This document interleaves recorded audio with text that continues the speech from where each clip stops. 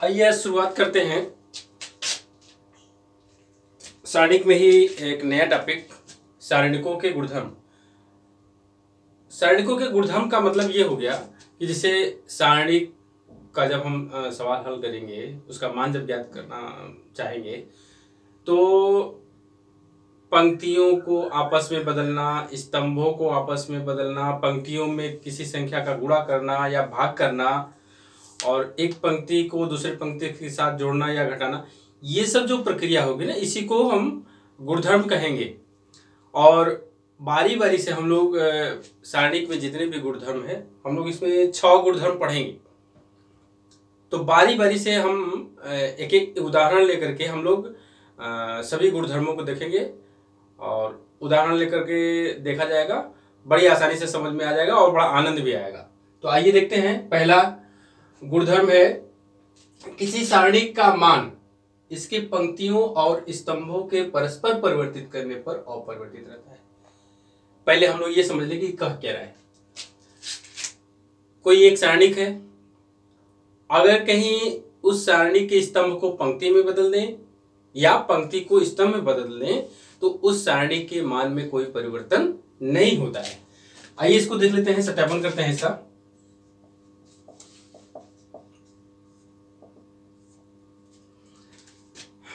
To, 3, 4, 5 द्वितीय कोटि का करके एक अवयव सारणिक हम लोग लेंगे।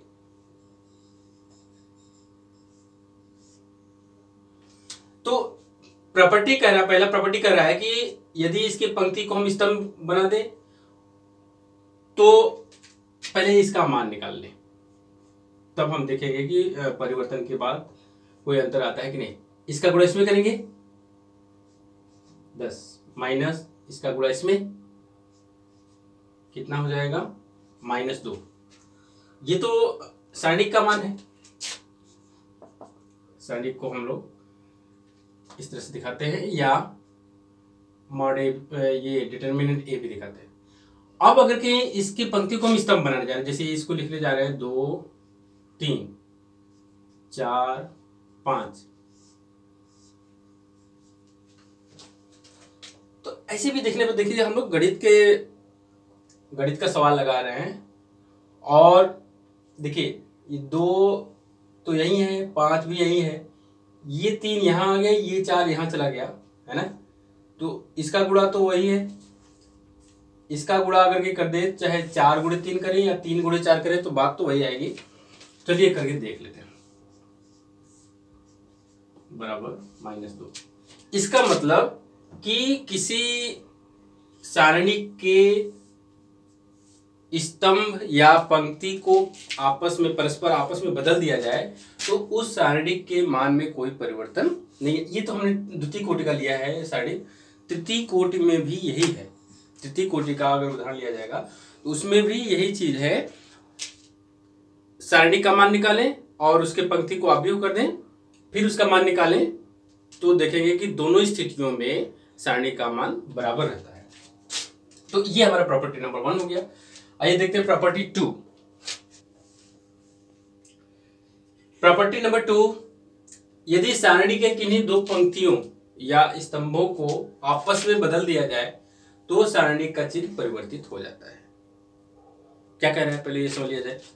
एक सारणिक है तो चाहे हम अगर 2 स्तंभ को ले लें, मान लीजिए C1 C2 को ले रहे हैं और उनको आपस में बदल दिया जाए, C2 को पहले लिख दिए और C1 को बाद में लिख दिए, ठीक है। तो जब सारणी का मान निकालेंगे तो पहली वाली सारणी जो प्रारंभिक सारणी है और इस वाले परिवर्तन के बाद वाली सारणी के चिन्ह में परिवर्तन आ जाता है, ठीक है। वही काम पंक्ति में करेंगे तो उसके साथ भी ऐसा ही होगा। तो सत्यापन करते हैं एक उदाहरण लेकर के। यहां हम एक तृतीय कोटि का सारणी के ले लेते हैं। 1, 2, 3, 4, 5, 6, 7, 8, 9, ठीक है। अब इसका मान निकालें। इसका मान कैसे निकलेगा, पहले इसका मान निकाल लेते हैं, फिर उसके बाद परिवर्तन के बाद वाला मान निकालेंगे। तो देखिए पहले 1 लिखेंगे है ना, अब इसको छोड़ देंगे तो ये बचा ना, इसका गुणा इसमें 5 9 45 माइनस इसका गुणा इसमें 8 6 48, फिर -2। अब इसको छोड़ देंगे, इस वाले को छोड़ेंगे और इसको छोड़ेंगे, तो ये 4 6 7 9, ठीक है ना, 4 6 7 9। तो 4 6 7 9 का मतलब 4 में 9 का गुणा, 4 9 36 माइनस 7 का 6 में गुणा, 7 6 42 प्लस 3। अब इसको छोड़ेंगे और इसको छोड़ेंगे, तो ये 4 बचेंगे, तो 4 8 32 माइनस 7 5 35, मान निकाल दें। कितना हो जाएगा, -3, यहाँ पर -6 6 दूना 12 प्लस 12, और यहाँ पर -3 -9, 0 हो जाएगा।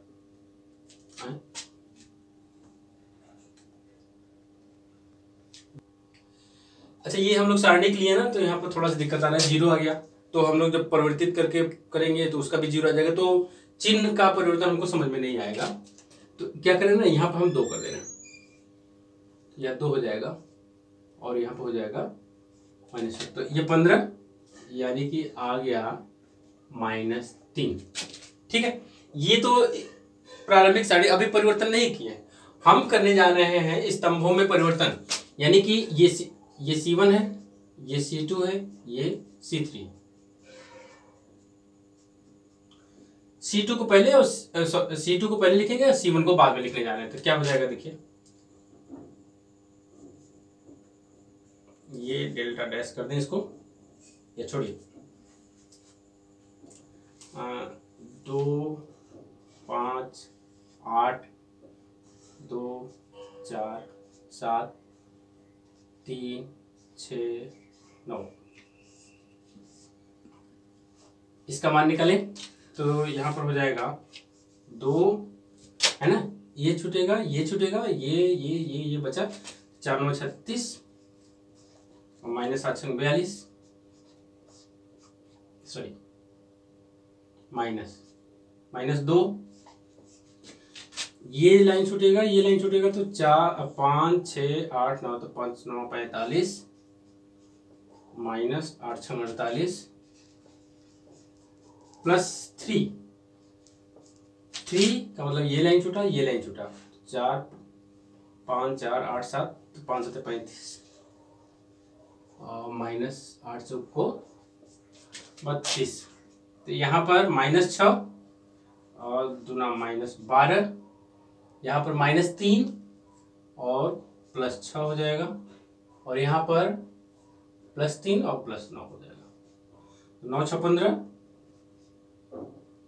तो ये हो जाएगा +15 +3, या इसको हम ऐसे कर सकते हैं, है ना, तो +3 का मतलब ये हो गया -3 देखिए डेल्टा है हमारा, तो ये डेल्टा डैश मान लीजिए अगर हो गया, तो डेल्टा डैश बराबर -डेल्टा हो जाएगा। -डेल्टा इसलिए कि इसकी जगह हम डेल्टा रख सकते हैं, ये सारणी का मान रखते हैं, सारणी का जो ये, इसकी जगह ये रख देंगे डेल्टा, और परिवर्तन के बाद जो आया है डेल्टा डैश, देख रहे हैं कि ये -डेल्टा हो गया, यानी कि चिन्ह का परिवर्तन हो गया।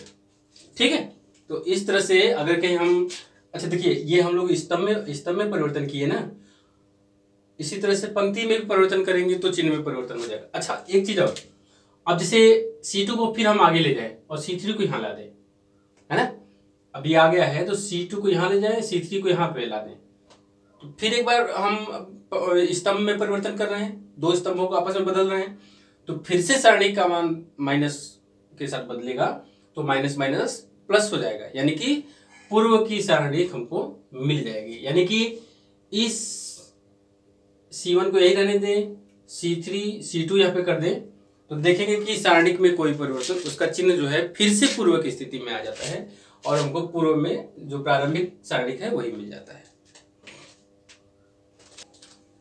हाँ, थर्ड प्रॉपर्टी है, यदि किसी सारणी की कोई दो पंक्तियां अथवा स्तंभ समान हो तो सारणी का मान शून्य हो जाता है। यानी कि दो पंक्ति के अवयव समान हो या दो स्तंभ के अवयव समान हो तो उस सारणी का मान शून्य हो जाता है। अच्छा, ये जो प्रॉपर्टी है ना, जब हम लोग आगे सवाल लगाएंगे और इस तरह का कंडीशन आ गया, हम देख लिए कि इसमें दो स्तंभ के अवयव एकदम समान है, C1 C2 दोनों जो है देख रहे हैं कि अवयव समान है, तो उसको हल करने की जरूरत नहीं है, उस सारणी को हल करने की जरूरत नहीं है, सीधे सीधे बराबर 0 लिख देंगे। आगे आगे जो है कोड कर देंगे कि C1 बराबर C2 लिख देंगे, अतः सारणी का मान शून्य हो जाएगा।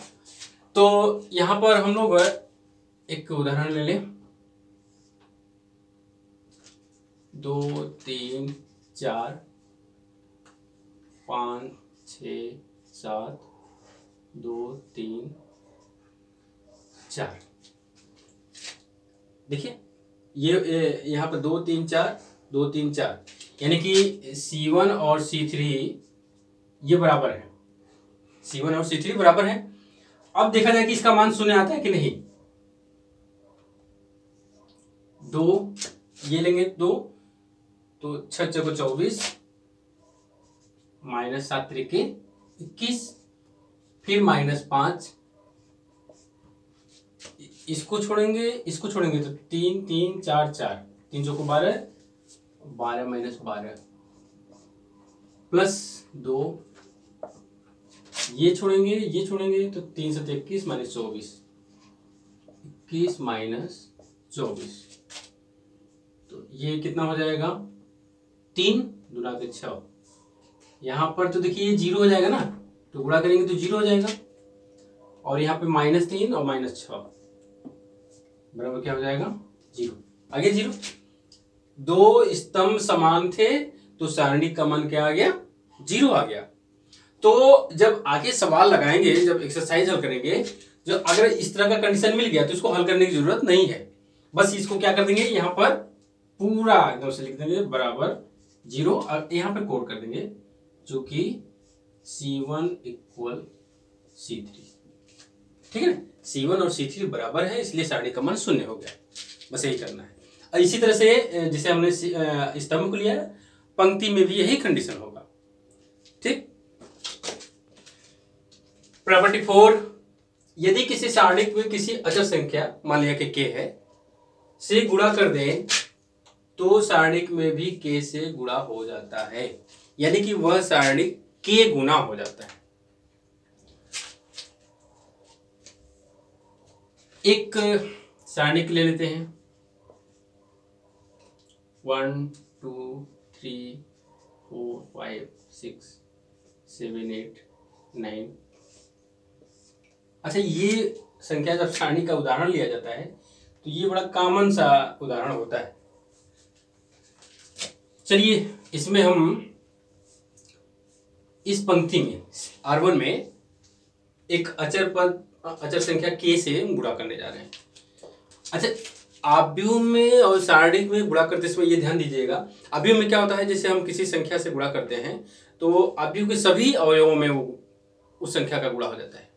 लेकिन इसमें क्या होता है, या तो किसी एक पंक्ति में होगा या तो किसी एक स्तंभ में होगा, जिसमें गुणा करना होगा उसमें जैसे हम R1 में गुणा करना चाह रहे हैं k से, तो k R1 लिखेंगे उसको, ठीक है। तो हम इसमें गुणा करना चाह रहे हैं, तो ये हो जाएगा, देखिए k 4k 7k 2 5 8 3 6 9, ठीक है।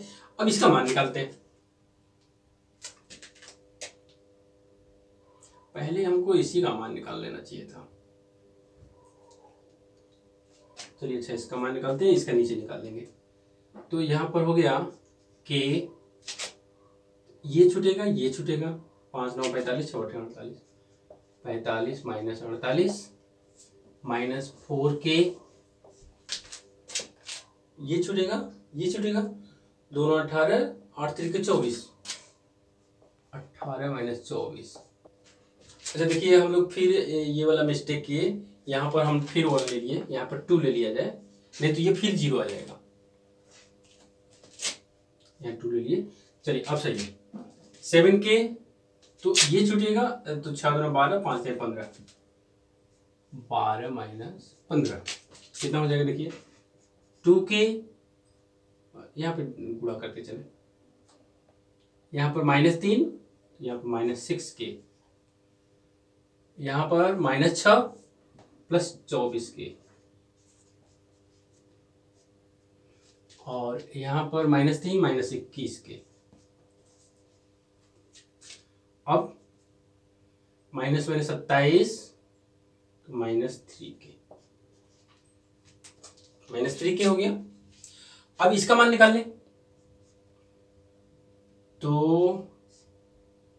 5 9 45 6 8 48, 45 माइनस 48 -4, ये छूटेगा, ये छूटेगा, 9 2 18 -8 3 24 प्लस 7, ये छूटेगा, ये छूटेगा, तो 6 2 12 5 2 15, 12 माइनस 15, ये कितना हो जाएगा देखिए -3 -6 या -6 और प्लस 24 हो जाएगा, यहाँ पर -21 -27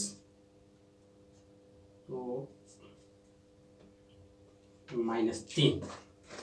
अच्छा देखिए ये तो हमारे प्रारंभिक सारणी का मान है ना, ये प्रारंभिक सारणी का मान है -3, और जब हम इसमें प्रथम पंक्ति में k से गुणा कर दिए थे तो हमारा आया -3k, यानी कि k इंटू -3 ऐसे। अब -3 मतलब सारणी ये डेल्टा, तो ये हो जाएगा k डेल्टा, है ना, k गुना हो गया, वही चीज लिखा था ना, सारणी भी k से गुना हो जाता है या k गुना हो जाता है, बस ये हो गया। प्रॉपर्टी 4 है, सॉरी प्रॉपर्टी 5 होगा ना, प्रॉपर्टी 4 तो हो गया। यदि एक सारणी के किसी पंक्ति या स्तंभ के कुछ अथवा सभी अवयव दो पदों के योगफल के रूप में व्यक्त हो तो सारणी को दो या अधिक सारणिकों के रूप में व्यक्त किया जा सकता है। क्या कह रहा है कि जैसे किसी पंक्ति या किसी स्तंभ के सभी अवयव या कुछ अवयव या सभी अवयव दो या अधिक संख्याओं के योगफल के रूप में व्यक्त हो, तो जितने जैसे दो संख्याओं के योगफल के रूप में व्यक्त है तो उस सारणी को दो भागों में दो सारणिकों के योगफल के रूप में तोड़ सकते हैं, अलग अलग कर सकते हैं। जैसे एक उदाहरण ले लें, A1 plus λ1, A2 plus λ2, A3 plus λ3, B1 B2 B3 C1 C2 C3, ये सारणिक है अगर, तो इसको ये सारणिक एक ले लिए जिसमें कि प्रथम पंक्ति में दो संख्याओं का योगफल है। देखिए A1 plus λ1, A2 plus λ2, A3 plus λ3, और R2 R3 में अकेले अकेले पद है। तो इसको लिखेंगे कैसे, देखिए यहां से इसको ब्रेक करेंगे, A1 B1 C1, A2 B2 C2, A3 B3 C3, और फिर यहां से ब्रेक करेंगे तो देखिए ये λ1 पहले स्तंभ में है ना, तो पहले स्तंभ के अवयवों के साथ आ जाएगा, λ2 द्वितीय स्तंभ में है दूसरे के साथ आ जाएगा, λ3 तृतीय के साथ है तो तीसरे के साथ आ जाएगा। तो कैसे करेंगे, देखिए पहले तो ये A1 B1 C1, फिर यहाँ से A2 B2 C2, A2 B2 C2, A3 B3 C3, ये सारणिक हो गया एक। फिर इसके बाद प्लस कर देंगे। अच्छा हाँ, यहाँ पे अगर माइनस होगा ना तो यहाँ पे माइनस कर देंगे, ठीक है। अब ये λ1 देखिए पहले स्तंभ में है तो λ1 ऐसे, λ1 b1 c1, फिर λ2 ऐसे λ2 b2 c2, फिर λ3 b3 c3, ऐसे दो सारणिकों के योगफल के रूप में व्यक्त किया। अब इसका मान, संख्यात्मक मान निकालना होगा, तो वही प्रसार विधि से, अभी हम लोग प्रसार विधि करेंगे, आगे जब बढ़ेंगे ना तो और सब बहुत से नियम हैं कि उसको कैसे और सिंपलेस्ट फॉर्म में हम लोग उसको चेंज कर दें ताकि प्रसार करने में आसानी हो और उसका मान आसानी से निकल जाए। तो ये दो सारणिकों के रूप में, अब सिंगल अकेले अकेले पदों के रूप में हो गया, तो उसका विस्तार आसानी से हो जाएगा। इसका विस्तार कर देंगे, इसका विस्तार कर देंगे, दोनों को जोड़ देंगे, दोनों मानों को जोड़ देंगे, इस सारणी का मान आ जाएगा। ठीक। प्रॉपर्टी 6 हमने देखिए लिखा नहीं है, हम ऐसे बता दे रहे हैं। प्रॉपर्टी 6 जो है, यदि किसी सारणी में एक पंक्ति में किसी संख्या से गुणा कर दें और उसको दूसरी पंक्ति के साथ जोड़ दिया जाए, जैसे मान लीजिए कि R1 में हम एक संख्या मान लीजिए 5 से गुणा कर रहे हैं, तो R1 में गुणा कर दिए 5 से, फिर जो मान आया गुणा करने के बाद उसको R2 के साथ जोड़ दिए, यानी कि R2 change to R2 plus 5R1। तो अगर हम ऐसा करते हैं तो सारणी के मान में कोई परिवर्तन नहीं आएगा। तो इसको कैसे करना है, जिससे देखिए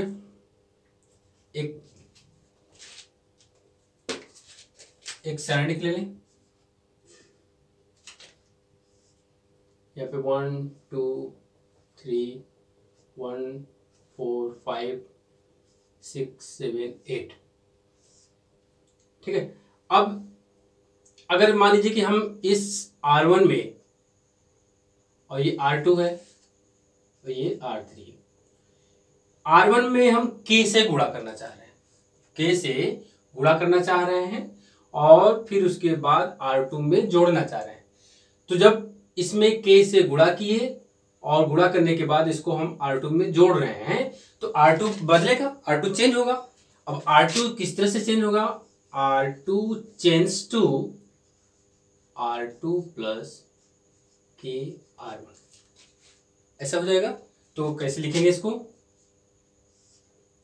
1 2 3, यहां पर देखिए 1 प्लस इसमें K से गुणा करेंगे तो K, फिर 4 प्लस इसमें K से गुणा करेंगे 2K, प्लस यहाँ पर 5 और प्लस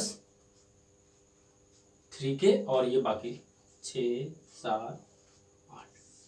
ऐसा अगर हम कर देते हैं तो इस सारणी के मान में, इस सारणी के मान में कोई परिवर्तन नहीं आएगा। ठीक। तो अच्छा, ये हमने जैसे पंक्ति में किया है ना, उसी तरह से स्तंभ में भी किया जा सकता है। जैसे इस वाले स्तंभ में किसी संख्या से गुणा कर दें और इसमें जोड़ दें, इसमें जोड़ दें, ठीक है।